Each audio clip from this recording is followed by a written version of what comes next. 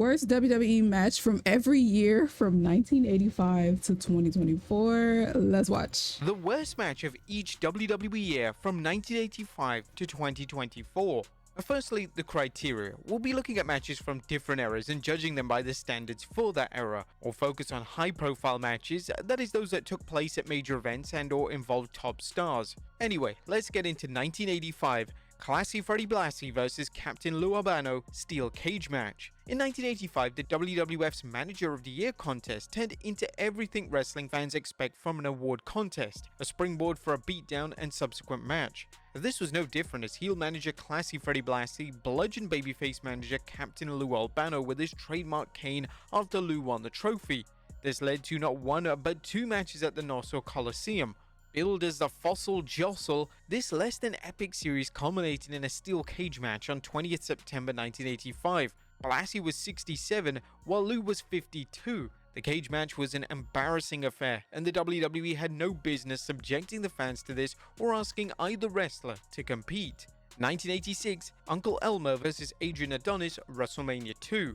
WrestleMania 2 was a disappointment for WWF fans. Although the boxing match between Mr. T and Rowdy Piper is a top candidate for 1986's worst match ever, it at least did what it was set out to do: portray the Rowdy Scott as a cowardly heel who took the easy way out, getting himself DQ'd when Mr. T's pugilistic skills got the better of him. On the other hand, Adrian Adonis and Uncle Elmer's match was a complete What the show. hell? This was an example of two atrocious gimmicks of Adonis's adorable Adrian persona and Uncle Elmer, who was supposed to be a lovable hillbilly babyface but came off as a leftover from the Texas Chainsaw Massacre series. 1987, lumberjack match of Randy Savage vs George Steele, Saturday night's main event. While Snarks can claim Andre the Giant vs Hulk Hogan at WrestleMania 3 was a bad match, the bout's place in history and the build to it are what drove the match. Not a debilitated Andre the Giant working hard to help pass the torch.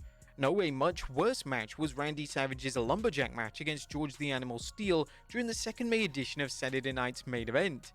Like many programs during the rock and wrestling era, Savage vs Steele was storyline driven, with the quality of the in-ring work coming in a distant second. Unfortunately, this program had dragged on too long, and this was a match that nobody wanted to see, even with the added stipulation of it being a lumberjack match. 1988, Ravishing Rick Rude vs the Junkyard Dog, SummerSlam. Ravishing Rick Rude is often considered an above-average worker, but his WWF career saw several times he was booked against opponents whose style clashed with his and/or opponents who were such bad workers that even he couldn't get a decent match out of them. One such match happened at SummerSlam when Rude squared off against the Junkyard Dog, a wrestler who had been phoning it in ever since he entered the WWF.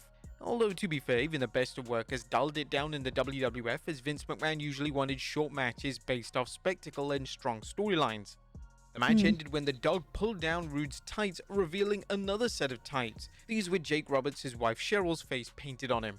Naturally, Jake the Snake ran in and attacked Rude, leading to a DQ and sparing the fans the further agony of this match.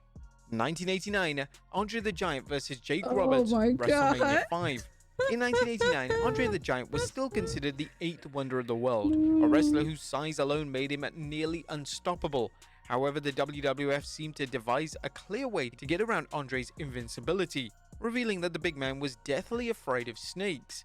Enter Jake the Snake Roberts, who unleashed Damien on Andre, causing the big man to pass out. I remember hearing Would about Roberts' this. not-so-secret weapon be enough to stop Andre? Well, fans found out at WrestleMania 5 when Jake battled Andre with Andre's longtime nemesis Big John Studd refereeing the bout. Regrettably, it was all too clear that Andre was in even worse condition than before, and the match was painful to watch. John Studd, whose presence was supposed to add another layer to the match, ended up being a non-factor, and fans were happy when this match ended after Andre attacked Studd. 1990, Roddy Piper vs Bad News Brown, WrestleMania 6. Is Roddy Piper painting himself half black reason enough to rate this match as the worst of 1990? Well, there's certainly a case for that, as even nearly 35 years ago, this was seen as tone-deaf at best and an incredible bad taste at worst. However, even if you discount Piper's theatrics, the match itself was a disappointment, as two of wrestling's greatest brawlers worked a match that made the Fossil Jostle look like UFC. 1991, Hulk Hogan vs Sergeant Slaughter, WrestleMania 7. Now, if you're looking for a bad match from 1991, look no further than anything involving Sergeant Slaughter, whose use of a modified atomic noogie as his finisher tells all you need to know about his lack of skills.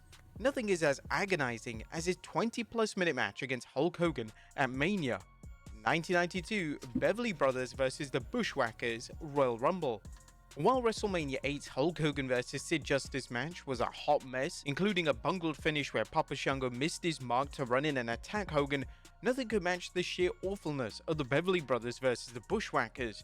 Both teams were supposed to be comedy acts with less focus on wrestling. Where things failed was that there was little comedy here and even less wrestling. 1993, so what's the point? You just wasting time. I'll be pissed. Bam Bam Bigelow, Head Shrinkers, and Bastion Booger. The competition in 1993 was tight, especially if you remember this is the same year The Undertaker battled Giant Gonzalez at WrestleMania 9 and SummerSlam. He looked However, like a even titan. that exercise in futility can't hold a candle to the WWF asking Bam Bam Bigelow to get a good match out of the Bushwhackers and Men on a Mission, all made up to look like doink clowns, while stuck with anchors around his neck named Bastion Booger and the Head Shrinkers. 1994, Undertaker vs. Underfaker, SummerSlam. Good Undertaker versus Bad Undertaker. Oh, God. Can you imagine Vince McMahon cackling up as he came up with his story of a heel manager Ted DiBiase introducing a villainous version of Taker after the good version apparently perished at the Rumble? Sadly, everything about this storyline grew progressively worse, culminating in a plotting match between the real Undertaker and the wrestler fans dubbed the Underfaker, aka Brian Lee. Wait, so they did this again? Because I remember, I think they did this with, didn't they do this with Kane? So they did this again after it was trash, and they thought, well, let's do it again with Kane years later. God. It marked the end of a terrible tale of two takers. 1995, Mabel vs. Yokozuna wouldn't that be kind of in Your similar? House 4. If you're looking for a good year to enjoy pro wrestling, 1995 isn't it. Both WWF and WCW were dreadful, but no wrestler symbolized how desperate Vince McMahon was to jumpstart business than Mabel, a big man whose only asset was that he was 500 pounds. While Mabel vs. Yoko seemed like an intriguing battle of the big boys, Yokozuna's weight problem sapped his wrestling ability, and Mabel had no wrestling ability to speak of. The results were predictably bad. 1996, Ultimate Warrior vs. Goldust in Your House 7. What happens when a wrestler doesn't want to do anything other than collect a big payday? Vince McMahon found this out when he brought back Ultimate Warrior in an effort to combat WCW's growing popularity. The man who made Warrior University a laughingstock achieved similar results when he wrestled Goldust at In Your House 7 for the Intercontinental Championship. In the Warrior's defense, Goldust's Larry Zbyszko-style stalling outside the ring didn't help the match, although it likely kept the Warrior from gassing up. 1997, Triple H vs. Sergeant Slaughter, D-Generation X in Your House.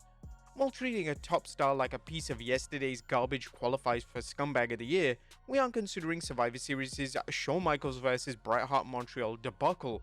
Instead, we're asking why the WWF chose to book Triple H versus Sergeant Slaughter, who was playing an authority figure in Your House, and more importantly, why Slaughter was booked strongly against Triple H in a boot camp match that went over 17 minutes. 1998, Tag Team Battle Royal, WrestleMania 14. WrestleMania 14's Tag Team Battle Royal featured many teams battling for a WWF Tag Team Championship match. The only problem was that the teams were either well past their prime or mid-card at best. Like many Tag Team Battle Royals, this was a dumpster fire that was a difficult show to follow, even if you were interested in seeing whether LOD 2000 could beat Bob Holly and Bart Gunn cosplaying the Midnight Express. Just to spare you the agony of watching this, LOD won. 1999, Kennel from Hell, Al Snow vs. Big Boss Man, Unforgiven. If you think the Attitude Era was a golden age of one non-stop match after another, just tune into Unforgiven and watch the debacle known as the Kennel from Hell match between the Big Boss Man and Al Snow. Snow battled the Boss Man in a Hell in a Cell match, vowing vengeance for the Boss Man dog-napping Snow's pet pooch Pepper, then feeding it to Snow. As bad as that recipe was, it appealed to the idea of throwing two wrestlers in the WWF's most brutal match at the time and surrounding the ring with another cage and dogs. The dogs using the ringside area for a public bathroom was a perfect analogy for this match. 2000, Pat Patterson vs. Gerald Briscoe, Hardcore Evening Gown match, King of the Ring. And nothing comes close to Pat Patterson and Gerald Briscoe's Hardcore Evening Gown match, and this was the same year the Cat battled Terry Ronalds at WrestleMania. Both were horrendous, but come on, Pat Patterson versus Gerald Briscoe in an evening gown match? Come on. 2001, Brothers of Destruction vs. Chronic, Unforgiven. Or what happens when a highly rated tag team enters the WWF and stumbles its way against Kane and The Undertaker in a high-profile match?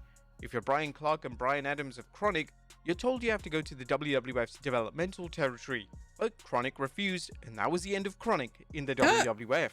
2002, Bradshaw and Trish Stratus vs. Christopher Nowinski and Jackie Gator on Raw.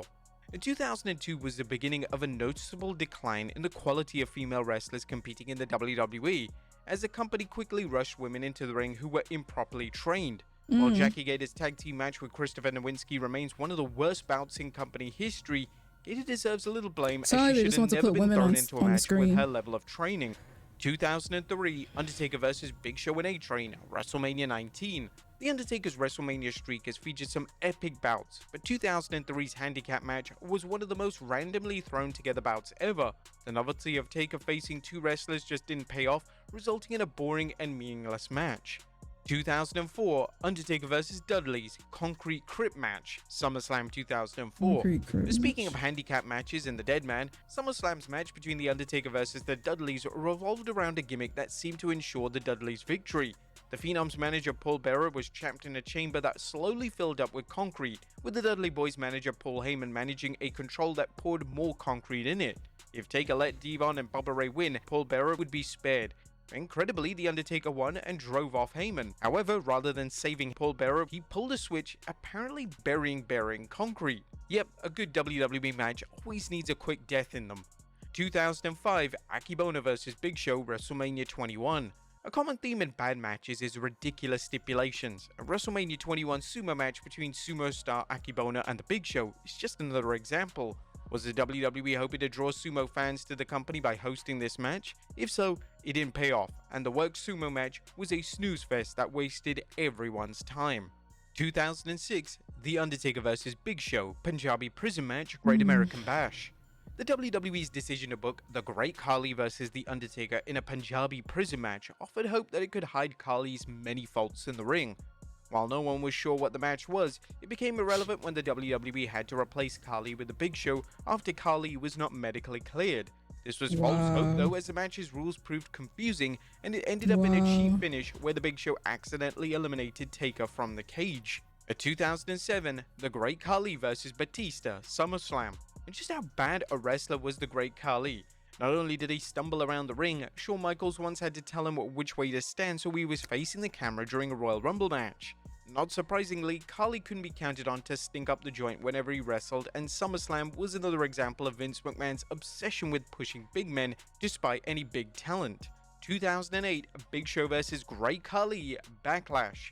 Are you sensing a pattern here? Well, despite his many shortcomings, the Great Khali was still in the WWE by 2008. His Backlash match against the Big Show might have been a classic hoss fight, but there was one problem: the Great Khali. 2009, Santino Marella vs. Chavo and Vicky Guerrero, Extreme Rules. Just for the sake of not taking the easy way out, we're not going to pick the Great Khali vs. Dolph Ziggler at 2009's worst match. I thought he was going to keep going, actually. The handicap match between Santino Marella and the tandem of Vicky and Chavo Guerrero had no business airing on regular TV, let alone a pay-per-view. 2010, Vince McMahon vs. Bret Hart, WrestleMania 26. Now, in case you're wondering, the Great Khali vs. Chris Jericho's match on Raw was a strong candidate, but nothing compared to the farce of Vince McMahon battling Bret Hart at WrestleMania 26. Even the smoke and mirrors protecting Bret couldn't hide how bad the match was, or how plausible the idea of McMahon convincing Hart's family to betray him was. 2011, Kelly vs. Brie Bella, Money in the Bank. The Divas era was in full effect in 2011, with the women's division largely revolving around eye candy. Such was the case with Kelly and Brie Bella, whose battle at Money in the Bank showed just how little Kelly had come since her in-ring debut, and how far Brie had to go before she earned the fans' respect. 2012, John Cena vs. Michael Cole, 4th June 2012 Raw. The idea of putting long-time announcer Michael Cole into matches was a horrendous idea when WWE pushed a Cole vs. Jerry Lawler feud. Naturally, the WWE ignored fans' disgust and continued Cole's wrestling career, leading into facing John Cena on Raw and suffering another embarrassing loss. But not as embarrassing as fans had to explain to non-fans what they had just witnessed. 2013, Women's 7-on-7 Elimination Tag Team Match, Survivor Series. While the Divas era deserves much criticism for focus on looks rather than wrestling, fans note there were still some skilled workers and that several of the female superstars work hard to improve. Despite these efforts, the WWE often treated the division as an afterthought, such as 2013's match where 14 women wrestled for a scant 11 minutes, with little time for anyone to shine. Right, it's only 11 minutes. Cameron What versus happens? AJ Lee Elimination Chamber. Following what was by far one of the most underrated matches on the card of the Wyatt family versus The Shield, we then got Cameron versus AJ Lee for the Divas Championship. As soon as the bell rang, it all went downhill from there. Sloppiness was on full display by Cameron, missing several spots, shenanigans by Tamina, the ref DQs in 3 minutes, utter shambles. 2015 Royal Rumble match, Royal Rumble. Hashtag cancel WWE Network trending on Twitter the day after the 2015 Rumble speaks volumes as to how the WWE Universe reacted to the match's finish, where The Rock returned to help Roman Reigns win against the Authority's outside interference. While some fans were already tired of how strongly the WWE was pushing Reigns, more fans seemed angry at Daniel Bryan's elimination, and the match was seen as a reflection not only of average wrestling, but predictable and boring booking. 2016, Brock Lesnar vs Dean Ambrose, WrestleMania 32. Brock Lesnar was still the WWE's top dog in 2016 when Dean Ambrose decided to make a name for himself. As crazy as the idea of Ambrose having any chance against Lesnar seemed, booking Dean in a no-holds-barred street fight seemed to even the odds. However, the resulting match failed to entertain as even the treasure trove of weapons failed to give them any edge. 2017, Randy Orton vs Bray Wyatt, WrestleMania 33. That seemed like that would be good. But 2017 was another banner year for badness, including the kendo stick on a pole match between Alexa Bliss and Bayley that made the hugger look like a punk, or the WWE's odds to bring back the Punjabi prison match for Randy Orton vs Jinder Mahal. Despite these bad choices, they were eclipsed by WrestleMania 33's WWE title defense by Bray Wyatt against Randy Orton. Not only did Orton lose the belt right after winning it at Elimination Chamber, but the WWE decided to project various images of bugs and insects on the mat that had zero impact on the match. 2018, DX vs the Brothers of Destruction, Crown Jewel. While the WWE's partnership with Saudi Arabia to hold 2 wrestling spectaculars a year has proven financially profitable, the Saudis' government requests for marquee matches have led to some real duds, as wrestlers whose best years were in the rearview mirror have been brought back, often with horrible results. The dream match between Shawn Michaels and Triple H, aka DX against Kane and The Undertaker, aka the Brothers of Destruction, turned into a complete nightmare, as it was clear all 4 men were out of step, and the ensuing blunders were many. I can 2019, imagine. Seth Rollins vs The Fiend, Hell in a Cell Extreme I want to Rules. see that. Now this was a hard one. Do we go with Goldberg dropping The Undertaker right on his head at Super Showdown 2019? Or do we go with the horrendously booked Hell in a Cell Extreme Rules match between Seth Rollins and The Fiend? Well, The Fiend versus Seth Rollins won. Bray Wyatt's creative genius is undeniable, but as fans saw throughout his career, the WWE didn't always know how to take his ideas and use them effectively in 2019. 2019's Hell in a Cell match between Rollins and The Fiend, who was depicted as invulnerable to any harm, failed on multiple levels. First, the 2 superstars match was booked in a Hell in a Cell match, a match often reserved for the final match in a series. Second, the match ended in a referee stoppage, which violates the match's clear rule that there must be a winner by pinfall or submission. The WWE clearly didn't think this match through, as Rollins hit The Fiend with everything he could, only for The Fiend to keep getting up. This got tiresome after a while, and the finish of Rollins burying The Fiend under a pile of chairs and other weapons, leading to a ref stoppage, angered the fans, and worse, turned them against Rollins, who was even a babyface at the time. There were, count 'em, 11 curb stomps in this match. 11. And that still didn't put The Fiend down. 2020, Seth Rollins vs Rey Mysterio, eye for an eye match, Extreme Rules. If you can have an extreme match, why not make the stipulation that you can only win by taking out your opponent's eye? One problem is what you do when you've already taken out one of your opponent's eyes, and a victory means your opponent is now blind. Despite the obvious plot holes, the match turned out to be a dud as both wrestlers plodded around in and out of the ring trying to weaken their opponent enough to take an eye out. Seth Rollins eventually won with him throwing up on the outside of the ring, and as we know, Rey Mysterio's eye grew right back. 2021, Damian Priest vs The Miz Zombie Lumberjack match, Backlash. The WWE made some serious bank with product placement, and as fans saw in 2021's Backlash, it doesn't matter how ridiculous it is as long as the check clears. The Lumberjack match between Damian Priest and The Miz saw the return of a rarely used stipulation, but everything fell apart when the WWE announced that the Lumberjacks were actual zombies. This not-so-minor detail was used to promote the film Army of the Dead, but it turned what might have been an exciting match This to a pissing me off. laughable dud. 2022 Men's Royal Rumble. Royal Rumble. How can you ruin one of the most anticipated matches of the year? While the exact details remain unknown, it appears that Shane McMahon made some poorly received changes to the match, including putting himself over strongly established WWE superstars. It got so bad that Vince actually even released Shane McMahon right after the pay-per-view. The finish of Brock Lesnar winning didn't help either, but the match was seen as a complete disappointment on many levels, including its overall lack of quality. 2023 Ronda Rousey vs Shayna Baszler, SummerSlam. Oh boy, 2023, there's so much to choose from. Gable Steveson vs Baron Corbin? What about Pat McAfee vs The Miz? Bray Wyatt vs LA Knight in that god-awful match at the Royal Rumble? Or how about Shane McMahon tearing his quads just seconds into a match? Well, none compared to Ronda Rousey's final match at SummerSlam. Rousey, who supposedly wanted to elevate Baszler by putting her over, worked another low-energy match that failed to entertain and gave fans no reason to think that Baszler was Rousey's successor.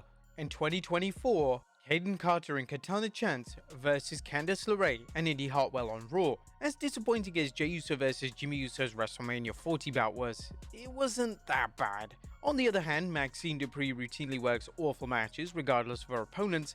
However, you at least have to give her credit for trying to improve. On the other hand, we don't know what's going on with former WWE Women's Tag Team Champions Hayden Carter and Katana Chance, who went from heroes to zeros as soon as they won the titles. The less than dynamic duo's 18th March match against Candice LeRae and Indy Hartwell on Raw is another example of a strong NXT team falling apart as soon as they're promoted. But there you have it, folks. Now we'll look at the worst. Horrible. I ain't got nothing to say. That's not enough for this reaction, though. Make sure to leave some likes and comments down below. Let me know what you guys think, and I'll see you in the next one. Toodles.